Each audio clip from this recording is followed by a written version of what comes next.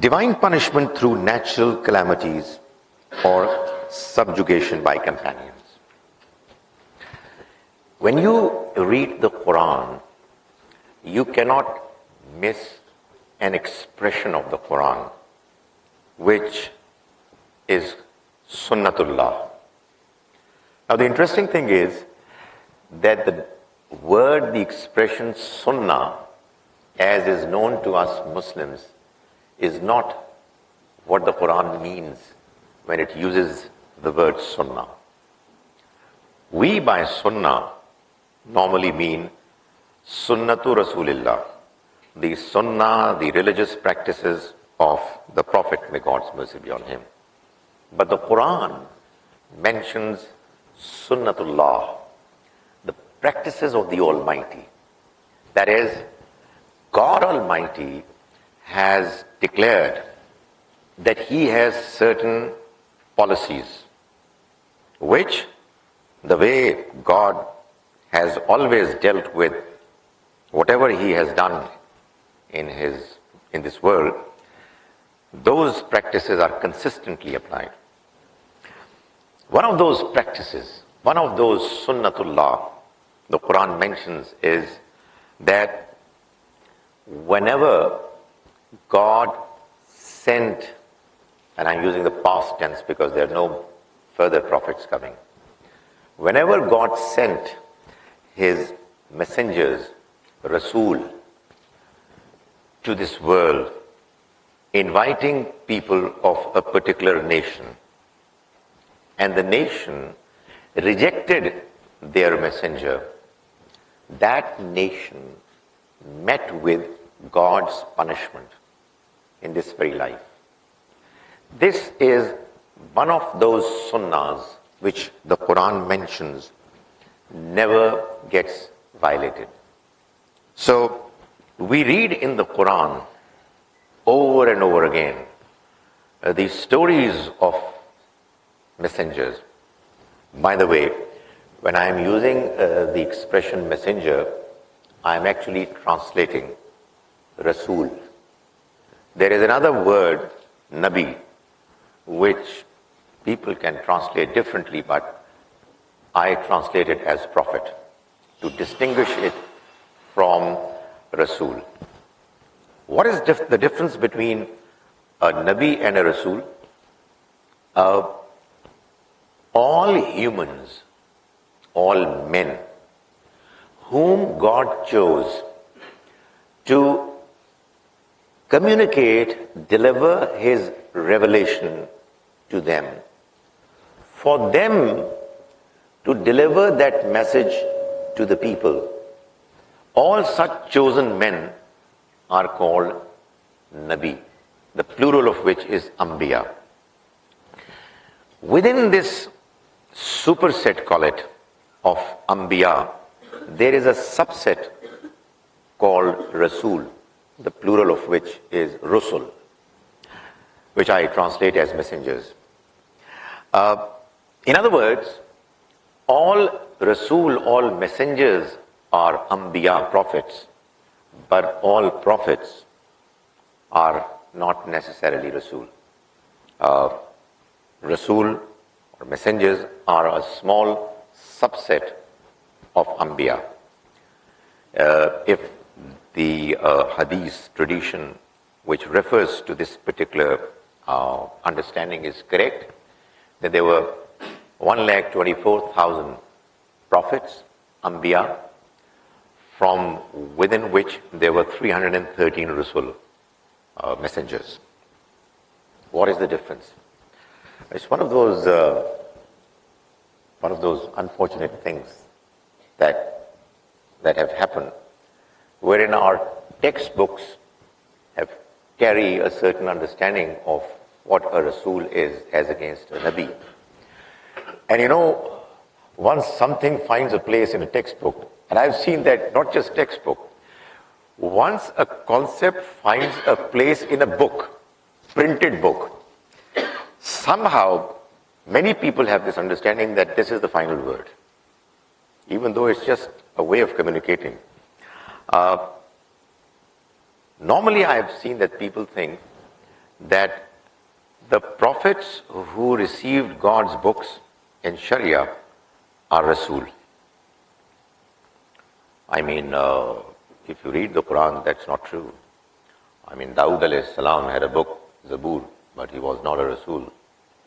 And Nuh, Hud, Saleh, Lut, Shuaib alayhi salam were all clearly Rasul, but there is no mention anywhere that they had books or Sharia. What is the difference then? Well, the difference between the two is, as you can see from the Quranic mention, that Rasul are those Nabi who, when they come to their nation, their respective nations, they come with a very clear mandate. They tell their people right from day one, you believe in the message that I have brought and you succeed, not just in the next life, but in this life as well. Or, conversely, you reject the message that I have brought and you will be doomed, not just in the next life, but in this life as well. These people who come with this mandate, clear understanding, warning from the Almighty, have been described as Rasul, messengers. Anbiya, we know the Quran mentions about some Anbiya of the children of Israel, accusing those children, يَقْتُلُونَ النَّبِيِّينَ بِغَيْرِ الْحَقِّ. They killed prophets unjustifiably. Zakaria, Yahya alayhi salam, the father and the son, the prophets, great prophets, got killed. Nothing happened. Why? Well, that's not my subject right now. But this is a reality which you would find mentioned in the Quran. And what you also cannot miss if you are a reader of the Quran is the fact that the Almighty has mentioned the stories of 6 messengers in particular over and over and over again. And, you know, there are people who ask, and rightly so, justifiably, was it not enough for a story to have been mentioned once? I mean, what is the point that a book that was meant to be the guidance for the entire mankind for all times to come, and relatively speaking, not a very huge volume, is mentioning the same stories again? Is it not unnecessary repetition? You know, sometimes some people say that, you know, if you raise questions, this is wrong, and you should be respectful and just read it. This is God's word. For God's sake, how are you going to understand? The Almighty is urging you to reflect and ponder, understand and see that God has no contradictions. This is God's word. So, when you have these questions in your mind, you are worried to find answers to them. But if you're not worried and you're not seeking answers, well, then you are reciting and reading, and good luck to you. But obviously, the deeper meanings would never emerge to embrace you. I'll tell you what the reason is. And in that reason, you will hopefully find the solution to the problem that we are faced with today. The problem of belligerent, militant Islam. The reason why the Almighty has mentioned these stories over and over again is what you find in the very mentions that are there in the Quran. Each time the Almighty mentions these stories, He says, at the end of the prophetic mission, there was one punishment or the other that visited the nation that rejected the messengers, and they were destroyed. And this is what God always does. He always does. The six messengers whose stories have been repeated over and over again are Nuh, Hud, Saleh, Lut, Shuaib, Musa alayhi salam. The Quran mentions in Surah Al-Mujadila, the 58th surah of the Quran, verses 20 and 21. The Almighty says that those who oppose the messengers and God, Inna allazina yuhadduna Allah wa rasulah, they are going to meet with ignominy, insult, and punishment. Katab Allah, God has written it down. This expression means that God has decided. God has made it a point. La aghlibanna, that I am going to prevail. Ana wa rusuli, I and my messengers. I am not going to allow anyone to subjugate my messengers, to weaken them and to prevail over them. This is what the Almighty has mentioned in a number of surahs. Honestly, if you read the Quran, you can't miss it. It's mentioned so many times. And if you read them so many times and you don't have this question, why this repetition, and worry about it. But I'll tell you that there was a wrong conclusion that some people draw. And that is again a problem, When you don't come up with the right answers, then you have got to go for the wrong answers. But before that, let me say that in Surah Araf, the 7th chapter of the Quran, from verses 59 to 93, there are stories of Nuh alayhi salam, Hud alayhi salam, Saleh alayhi salam, Lut alayhi salam, and Shuaib alayhi salam, in considerable details, followed by a description of the Almighty's principle, that in each of these stories, in each of the cases of these messengers, there was a pattern that was followed. God sent the messengers, they delivered the message, people rejected, and then He caused them to go through difficulties, tribulations, so that they realize that what they did was wrong. At times, verbal communication is not effective. Well, my experience is most of the time. So you need to have something else, and that something else is also always provided by the Almighty when it comes to the case of the messengers' nations. So He caused them to go through circumstances which, if an honest person would go through, would start wondering as to why is it happening? Have we done something wrong? So that they realize. So this is what is mentioned in verses 94 to 102. Followed by a very longish passage from 103 to 171 of the description of the story of Musa alayhi salam, which again is broken into two parts. One wherein he addressed Pharaoh and his companions, and they ultimately were punished by being drowned. Followed by the story of Musa alayhi salam with the children of Israel who believed in him and accompanied him. This is, if you look at the Quran, a very long passage. And obviously, as I said, the question arises, why these stories? Followed by Surah number 10, Surah Yunus, verse 25 to verse 104. The same six messengers, their stories repeated. The messenger came, delivered the message, the arrogant leaders rejected them, caused them to suffer, persecuted them, and ultimately the Almighty's punishment visited them.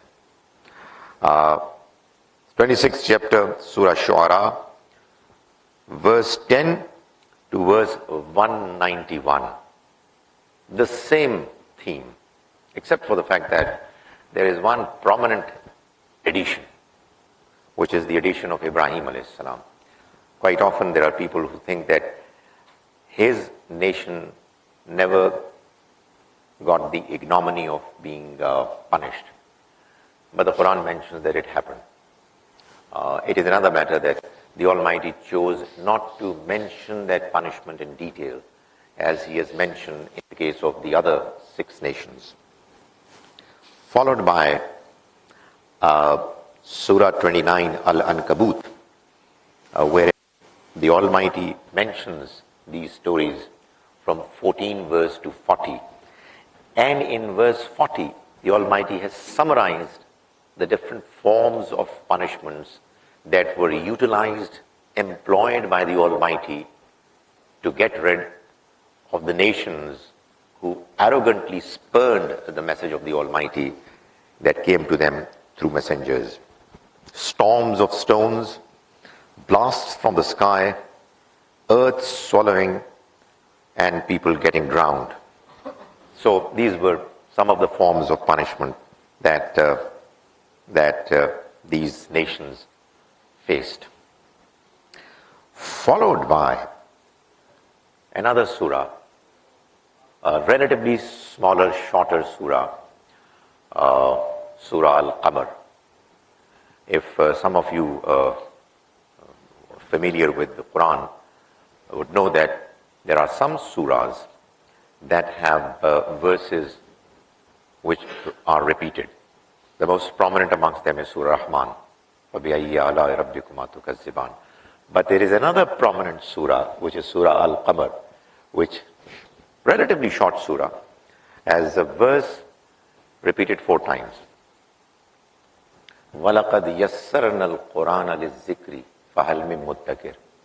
We have made the Quran very appropriate, easy, for the purpose of getting reminded. Is there anybody who is prepared to be reminded? فَهَلْ مِن مُدَّكِرٍ. Is there anyone who wants to understand? So this surah, interestingly, a brief short surah, talks about the same story of Nuh alayhi salam, Hud alayhi salam, Saleh alayhi salam, Lut alayhi salam, Musa alayhi salam. Some relatively longer in description, others shorter. And God has His own ways. One messenger, Shuaib alayhi salam, is prominently missing in this description. But what is very significant is that the Almighty mentions in verse 43 of this surah, Surah 54 Al-Qamar, and verse 43, which immediately follows the description of the story of the messengers. And you know what it says? It says, أَكُفَّارُكُمْ خَيْرٌ مِّنْ أُولَٰئِكُمْ.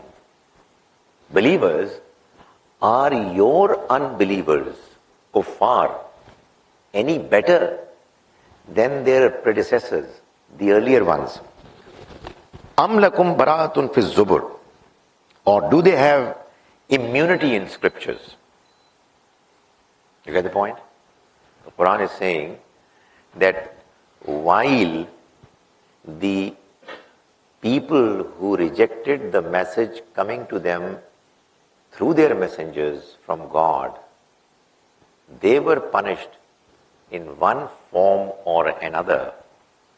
How on earth is it possible that these unbelievers, Abu Jahl, Abu Lahab, are going to be spared? Are they any better than the earlier ones?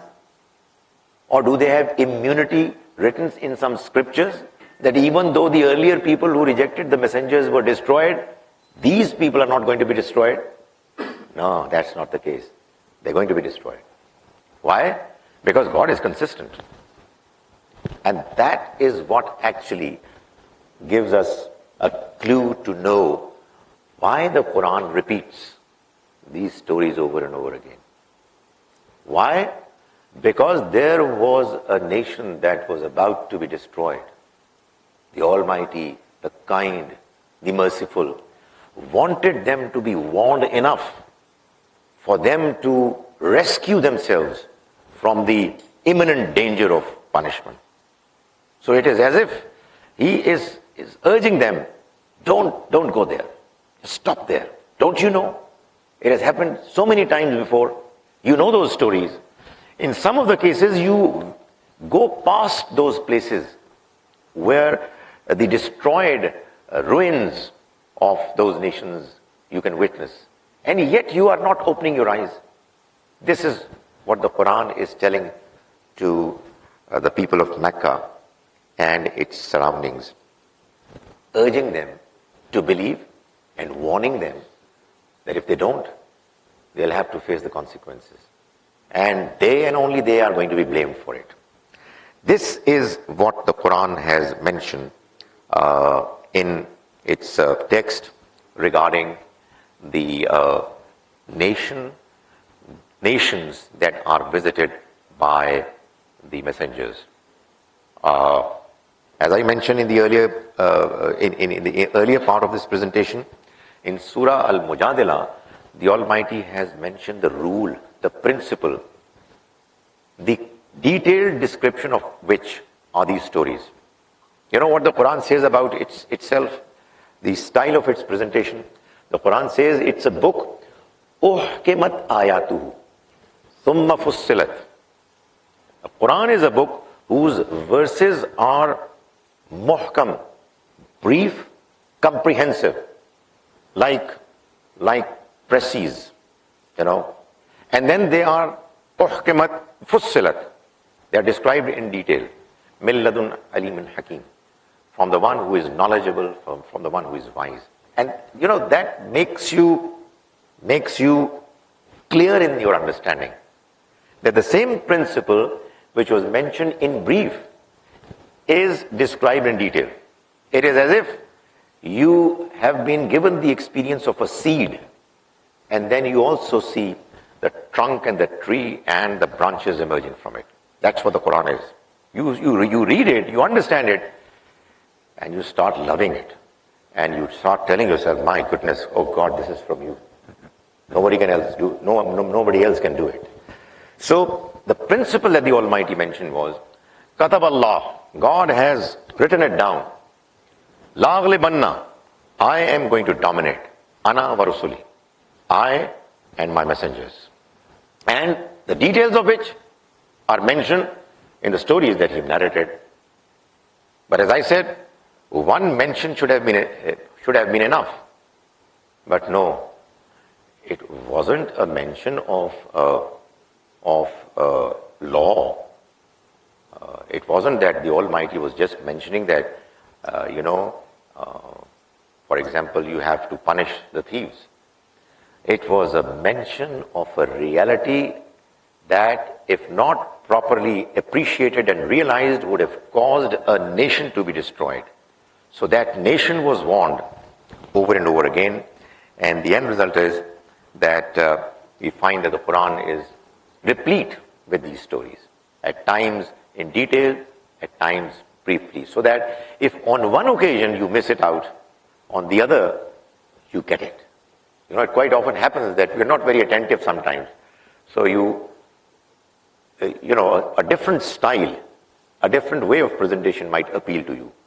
So, the Almighty did as best as was possible to make sure that if at all there was anyone prepared to know and understand what the truth was, he or she should wake up and embrace faith. And that is exactly what happened, you know. Over the years, there were people who gradually woke up from time to time, and only those people were left who didn't deserve to survive. And the Almighty, He mentioned, and I'll talk about it in the next session, that this punishment that the Almighty has been warning these people against could come to them in two different ways. It could either come in the form of natural calamities, as was the case with most of the earlier nations, Primarily because of the reason that the companions of the messengers were very few in number. So that's what the Almighty's decision is. They are few, then He has other ways of dispensing justice. He used natural calamities. Everything is in His control. But if the companions of the messengers are large in number, then He would punish the same very rejectors of the truth through the swords of His companions, something that I would describe in detail in the next session. But what I am trying to emphasize right now is the fact that these stories of the punishments that the Almighty sent to the respective nations that were visited by messengers, and most part of the description of jihad that you find in the Quran are actually the same theme. It is the same message. This is something that needs to be understood. And I tell you honestly, God has left nothing untried for Him to describe this reality. It is written clearly, and yet it is not read properly. Somebody asked me, that you should raise this question. Why did God not send down an interpretation of the Quran as well? What was the point in keeping the text intact and letting people interpret it the way they choose to? Well, the brief answer of it, I encouraged him to ask this question so that I could answer it. Brief answer of it is, well, God has not made us as foolish people, as individuals who do not have thinking minds, who cannot take decisions on their own. We are not robots who are just given a script to go through. We are independent, intelligent agents who are going through the trial of this life. On the one hand, He has given a book of guidance, and on the other hand, He has given us the liberty to make an attempt to understand it.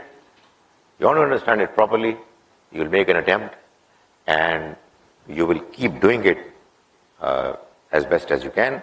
You don't want to understand it. God doesn't want you to understand it. It's your choice. So this life is a trial, and God doesn't impose. The last thing that I would like to say in this session is that there has been a result, quite apart from the result that I'll talk about in the next session, as a consequence of the incorrect understanding of these verses. Because these verses are probably, they consume most part of the Quranic text. Is so many times repeated. And I'm sure that people who read them, they keep wondering what could be the possible reason. So because many people weren't able to find out and discern the right understanding of it, they ended up with a wrong understanding of it, which is probably this couldn't be avoided, but it's a double fault. The wrong understanding of these verses that people quite often mention is that because God punished the nations who rejected the message of the messengers through natural calamities, therefore, wherever natural calamities appear, it's God's punishment. If the northern areas of Pakistan in the year 2004-2005, there was an earthquake and people got killed, these were dirty people, God forbid. If there are floods coming in Pakistan, killing poor people, these are criminals. Assuming thereby that people living in Islamabad, Lahore and Karachi are all pious, and these poor farmers who are killed as a consequence of floods are criminals. I remember there were a few Sri Lankan ladies who told me that as a consequence of a tsunami in Sri Lanka, most of the people who got killed were Muslims. That was the Almighty's will. And she said that, it was so tragic that on the one hand, we Muslims were picking the bodies of our dear ones, and on the other hand, there were some devout Muslims with banners that this is the azab of the Almighty, the punishment of the Almighty. And that's not true. Baba, everybody dies in this world through illness, through accident, through some means. Is everything a punishment? Not at all. This is an absolutely wrong, absurd understanding. I mean, natural calamities come normally the way they come. And like individuals die of cancer, of heart attack, of accident, people die in big numbers as well sometimes, which is another form of the Almighty taking souls away from this world. It has got nothing to do with punishments. The punishments that have been described in the Quran are the punishments that he has mentioned are given, are sent to people because God would punish those who reject his messengers in this world. And for that purpose, there is a Quranic verse which is decisive, which is verse 15 of Surah 17, Surah Bani Israel or Barat, verse 15.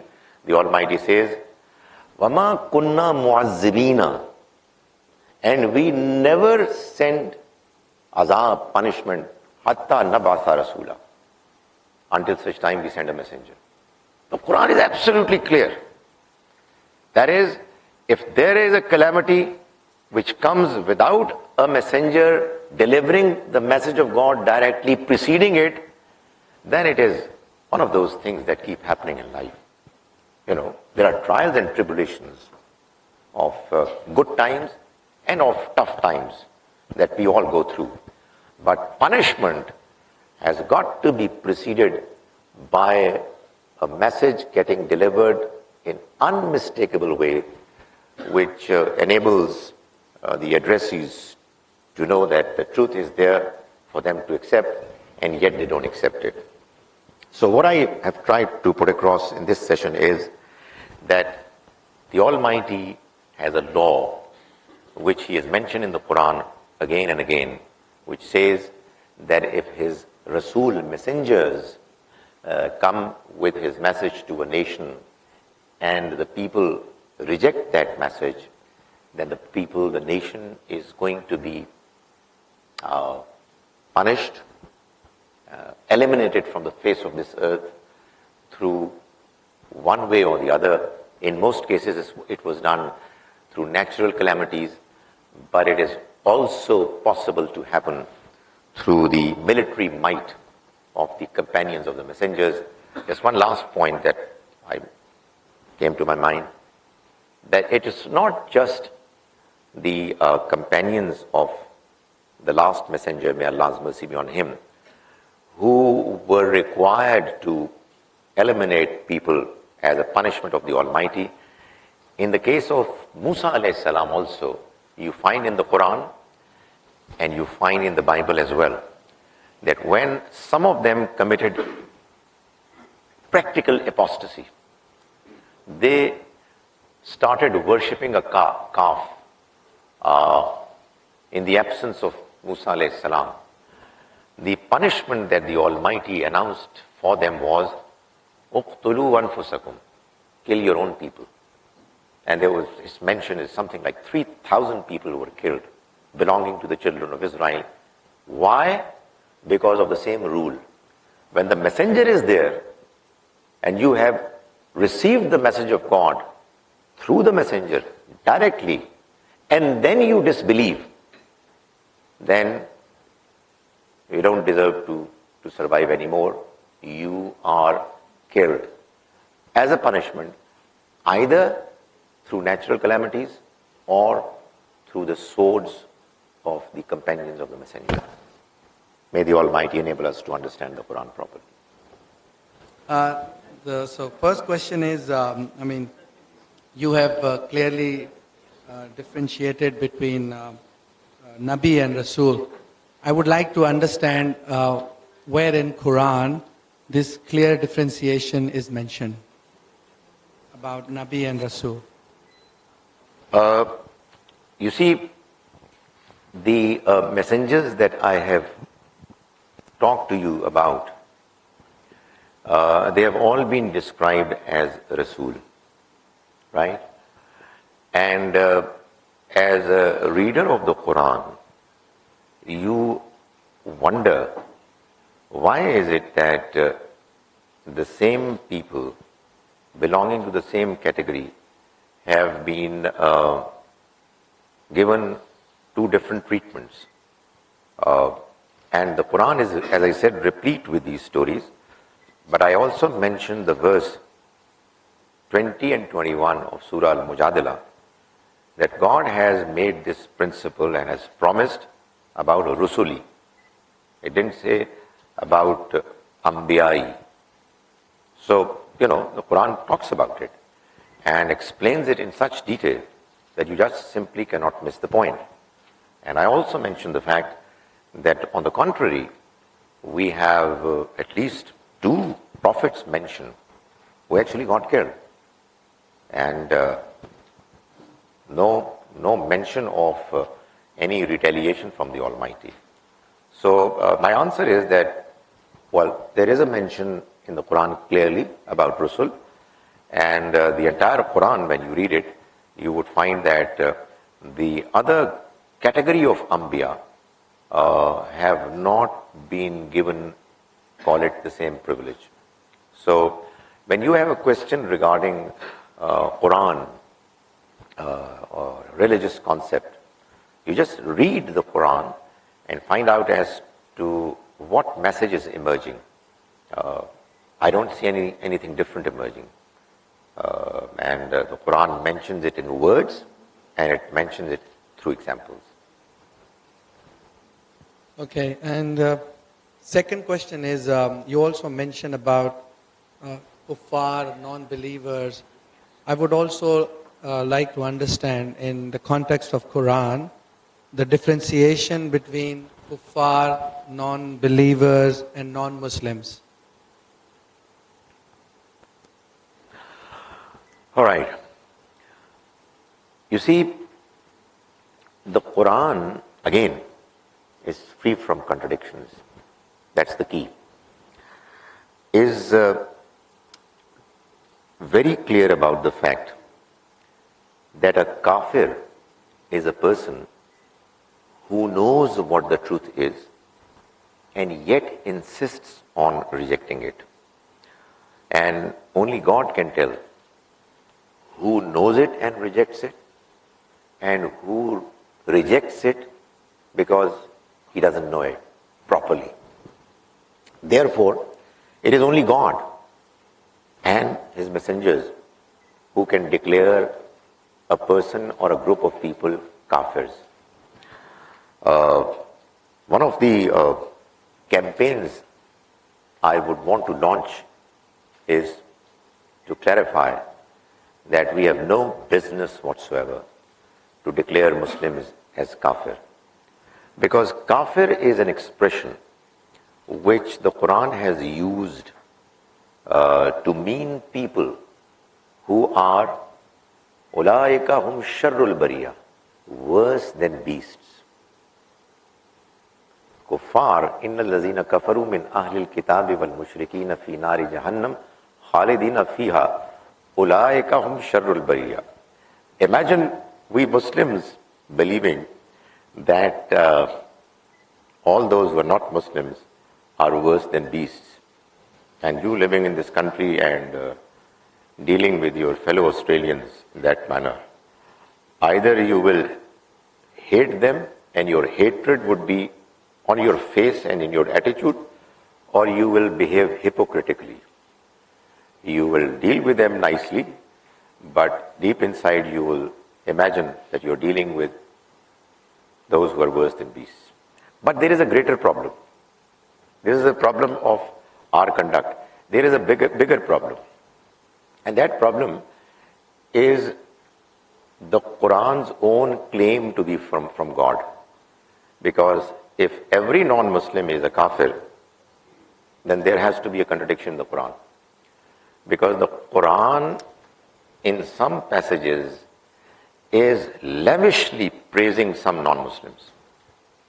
For example, you read verses 113 to 115 of Surah Al-Imran, the 3rd chapter, and you would find that the Almighty is talking about those who clearly as yet, when these verses were revealed, were not Muslims. And the Almighty says, Laisu sawa, they are not all alike. Min ahlil kitab ummatun qaima, from within the people of the book, there is a group that have stood firm to their commitment. They read the verses of the Almighty during night. They prostrate. No matter whatever good they do, it will never get wasted. So how come these people can be worse than beasts? So it really is a tragedy that, quite apart from many other concepts like the one that we are worried about right now, the word kafir has also been badly misunderstood and therefore badly misused. So this non-believer and kafir, they are two different things. Yeah, non-Muslims. We are Muslims, they are non-Muslims. And we are all, by the way, we are all the ummat of Muhammad sallallahu alaihi wasallam. Some people have accepted his message. Others are in the waiting. They have to be delivered. That's how this world is. This message is meant for all. Some of us have accepted it because we were born to Muslim families. Some have accepted it because they have been convinced.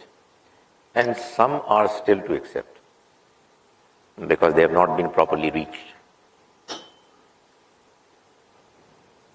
Okay, sorry, I'm taking more time. The last two questions are interlinked, so I would ask them. So they're one. No, they're interlinked. So, you've mentioned about, punishment through natural calamities. And the reason you've mentioned that, it is because the Prophet and their companions were few in numbers. So the question is that despite the fact that, Allah sent His prophets and they delivered the message, but they were not able to deliver it effectively, and a large number of people did not believe in them, and that's why Allah had to use, punishment through natural calamities. So the question is that, was the message not delivered effectively? That's number one. And number two is that, as you mentioned, that this was Allah's law to punish through natural calamities while they did not believe in the Prophet. So can we conclude that the punishment through natural calamities to non-believers will not happen ever because there is not going to be any Prophet coming in? Well, to the second question, my answer is yes. We can never be sure. At times the Almighty has His own ways of waking people up. If we as Muslims are not being true to our claims of being Muslims, the Almighty can cause us also to go through circumstances that are going to be a wake-up call for us. But they're just wake-up calls. Punishment is decisive. It just finishes. It's all over after you are punished and you're gone. So it's not going to come anymore. I mentioned this verse which says, we do not punish وَمَا كُنَّا مُعَذِّبِينَ حَتَّى نَبْعَثَ رَسُولًا, until such time that we send messengers. To the first question, let it be clear that this world is a trial. In order for it to be a trial, the Almighty has allowed all humans independence, freedom. And He has also made it a law that if you are going to use your freedom properly, positively, judiciously, you will improve and move more and more towards the right path. And if you are going to misuse it and go the wrong way knowingly, why do people go the wrong way knowingly? Because the wrong way is very attractive. It's very, it has its own glamour. So I know that telling lies is wrong, and yet I am tempted to tell lies because telling lies fetches me lots of dollars.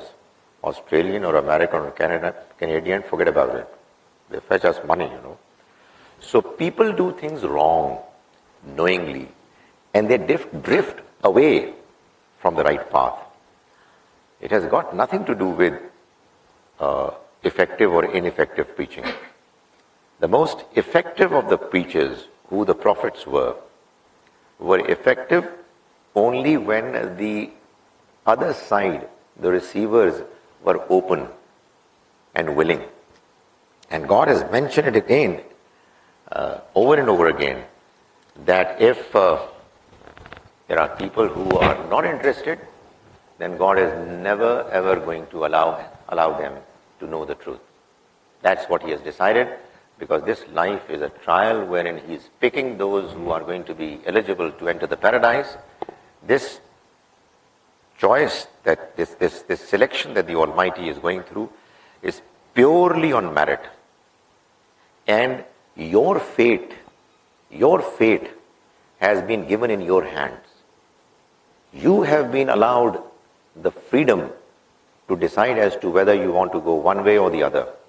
The good path is there and the wrong path is there. The good path gives you satisfaction and inner feeling of conviction that it's right, but it has its own difficulties. And the bad path is pretty much clear that it's bad, even though it's very tempting and very profitable in the short run. So we can't blame the prophets. They were the best of the presenters, and yet there were people who did not accept their message because they were the worst of people. They were the ones who destroyed their own good nature and wasted the great opportunity that the Almighty offered to them to become the companions of the prophets and to be eligible for the very high rewards of the hereafter. Assalamu alaikum, Dr. Khalid Zahid. My name is Qamar, and I have only one question. I believe that what can I do to remain in good path,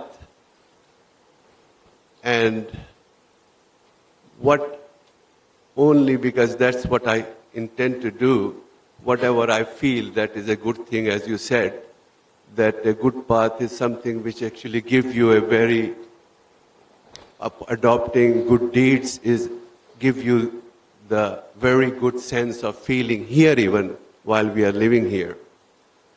The question which I have is, when I see torturing and killing of innocent people, regardless, by name or by whatever they're Muslim or not, it actually disturbed me, my mind, my engagement to the good path. It actually disturbed me there. And I just was wondering, what should I do? Sometimes I can't sleep, and I can't actually perform whatever I intend to feel that this is a good path, and how to actually do that. I think I'm probably not the only one, and I just wanted to seek your advice that how to overcome so that this can, sabr is something, but sometimes it goes beyond my sabr, which I don't have that much. And I just wanted to seek your advice, and for the sake of others who are facing the similar thing. Thank you. You see, the manner the Almighty has designed this life, He has made sure that people are forced to believe. Forced not in the sense that they are pushed and coerced, but if they are willing to know the truth, they are pushed towards the right direction. And these questions that you are raising, and the kind of difficulty that you are facing, the sleepless nights that you are experiencing, they are all pointers towards the fact that you must look for the right answers. And there is only one right answer which can satisfy you. Otherwise, probably you will need Lexotanil or something else to sleep. The right answer is that this life is a trial. God has another life. That life is going to take care of all the woes and troubles of this life. God has chosen this life to be a life of trial. Therefore, He has given liberty and freedom to people. It is the misuse of that liberty and freedom that is causing tyranny and persecution and difficulty for people. He knows. He is watching it. He is powerful. But He knows that He's going to take care of everything. So it's a temporary relief that He is providing to these criminals.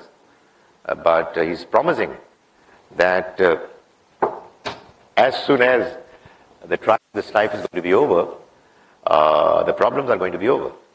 So, honestly, there is no way for a good person like you to live but to believe strongly in the fact that this life is a trial and God knows what is happening and He is going to take care of everything in the next life. And the people who are doing all this evil, they are going to be dealt with adequately by Him. And as far as you are concerned, well, make sure that you do as best as you can to correct the wrongs that are being done. Don't go beyond your limits.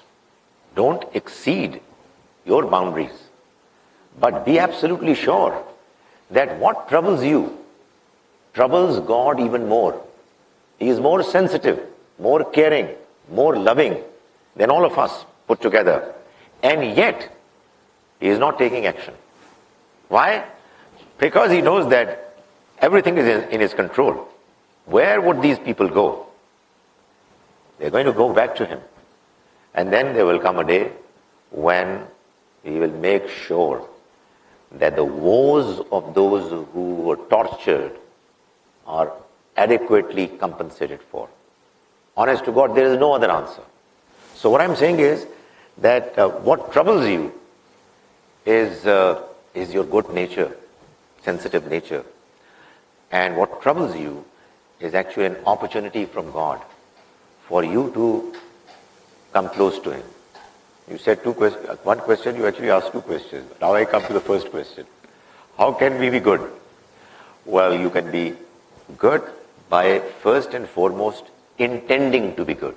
Make a firm resolve that you will follow the right path. Pray to God that you see the right path and you follow it. Be in the company of good people. Make sure that whatever good, convincing you hear, you would not let it go, no matter where it comes from. You will not be biased. And you seek the Almighty's help. And I can assure you on His behalf that nobody can stop you from going to the right path more and more. Sorry. So one of the questions requires a bit more elaboration on your earlier answers regarding the message of Allah subhanahu wa ta'ala, where you mentioned that some have accepted and some are waiting. And the other question I can ask after this one.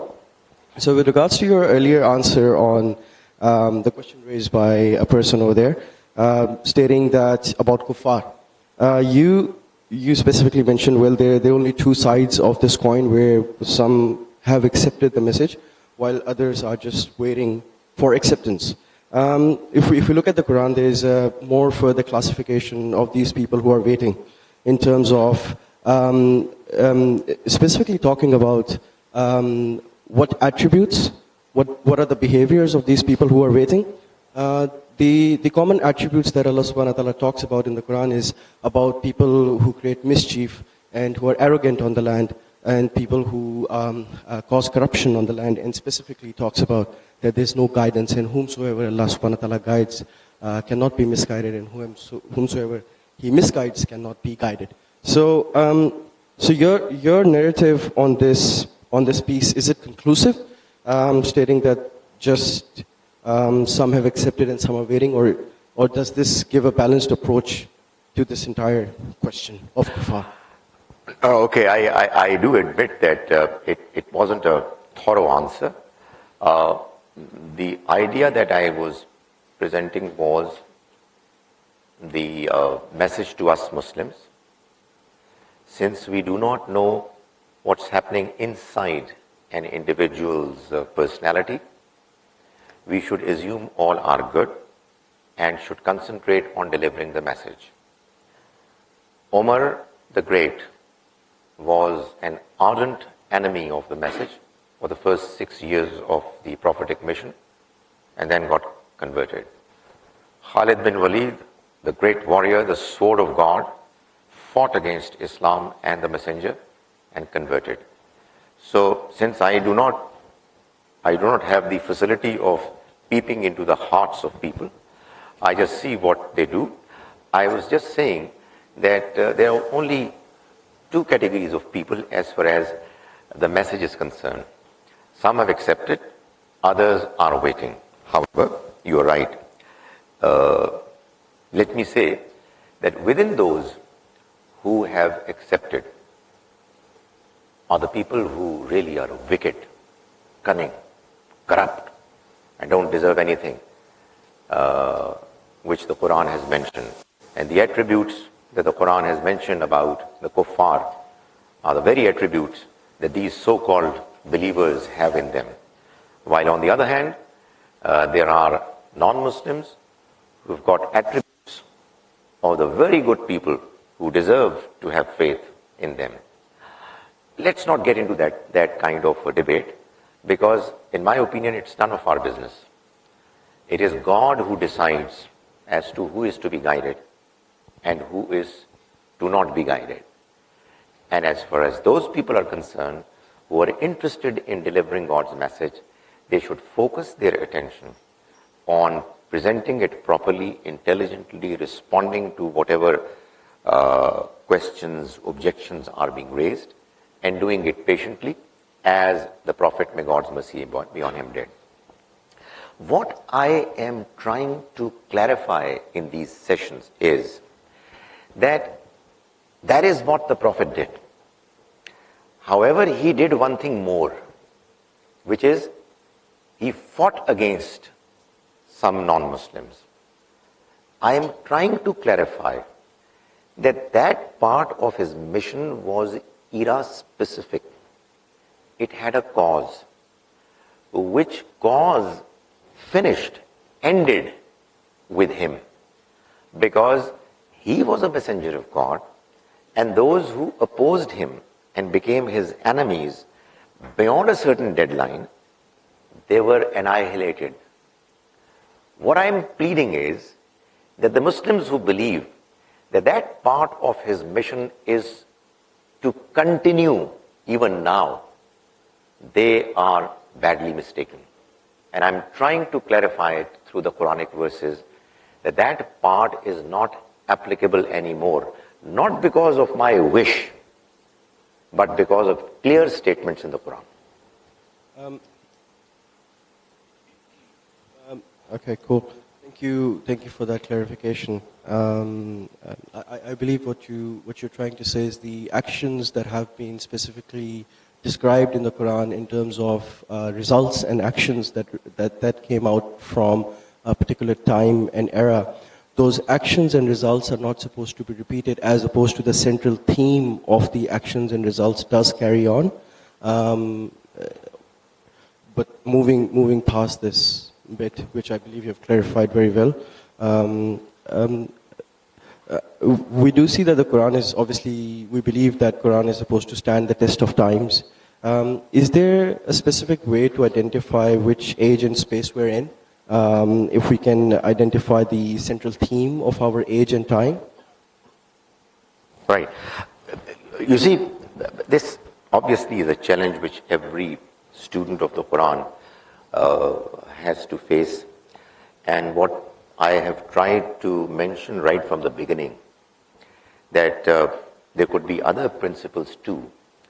But one principle that guides all readers of the Quran is that by a clear statement of the Quran itself, which otherwise was also quite natural, but the statement makes it even more important to be always considered, is that any interpretation of the Quran which makes the Quran appear contradictory is not acceptable.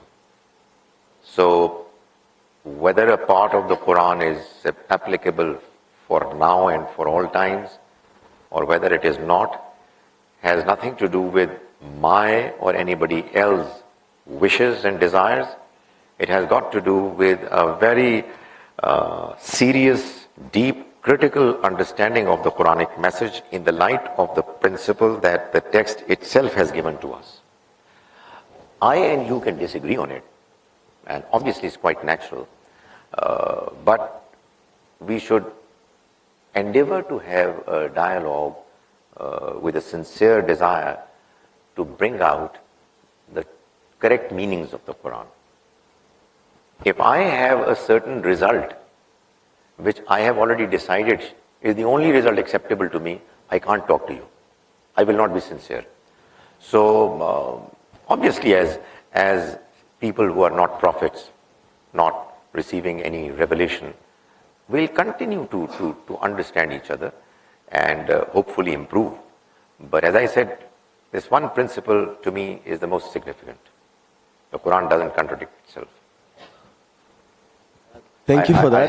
I have a weak comprehension. Sorry, that's okay. Look, the question that I really had, the first one which you already answered in your previous statements, that's all good.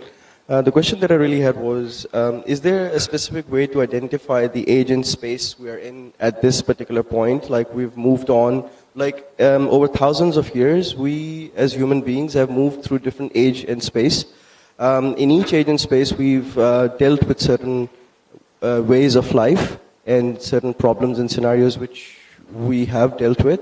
Is there a particular way, just by looking at Quran and identifying which age and space we've moved on to, identifying a particular time that we moved into that space, and what's the essential theme of our age and time?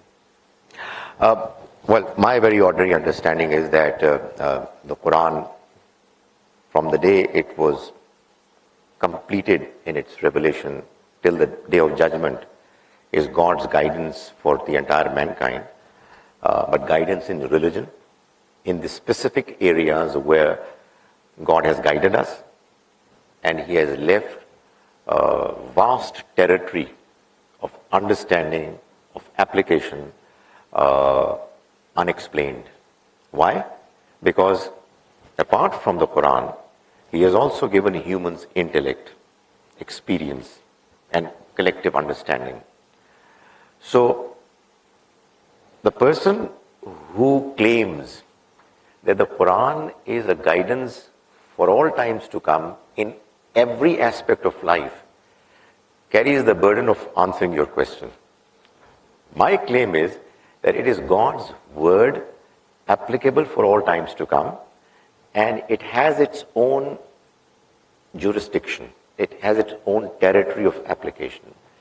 Beliefs, moral principles, on top of which is the Sharia, based on those principles, and obviously the message is supporting those beliefs and those principles by emphasizing upon them, and they are the areas of teaching about which all of us are accountable to the Almighty on the Day of Judgment. So that is a pretty important message.